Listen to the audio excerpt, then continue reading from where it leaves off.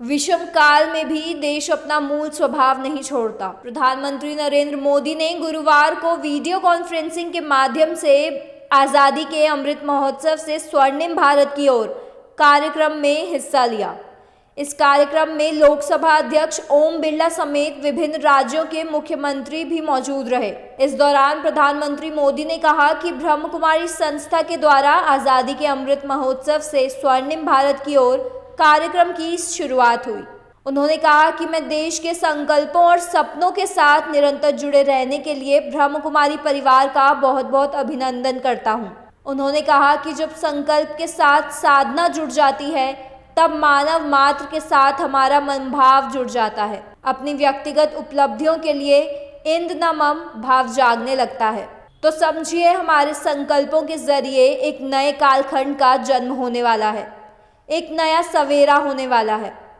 सेवा और त्याग का यही अनुभव आज अमृत महोत्सव में नए भारत के लिए उमड़ रहा है।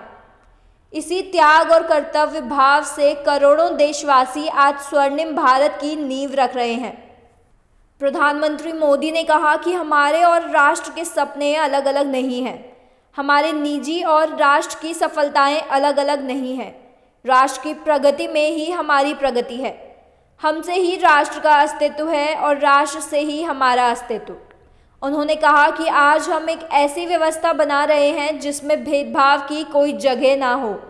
एक ऐसा समाज बना रहे हैं जो समानता और सामाजिक न्याय की बुनियाद पर मजबूती से खड़ा हो। हम एक ऐसे भारत को उभरते देख रहे हैं जिसकी सोच और अप्रोच नई है और जिसके निर्णय प्रगतिशील हैं।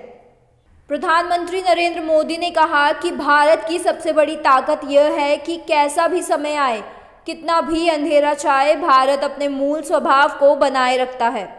हमारा युगों युगों का इतिहास इस बात का साक्षी है कि दुनिया जब अंधकार के दौर से और गहरे दौर में थी, महिलाओं को लेकर पुरानी सोच में जकड़ी थी, तब भारत मात्र शक्ति पूजा देवी के रूप में करता था।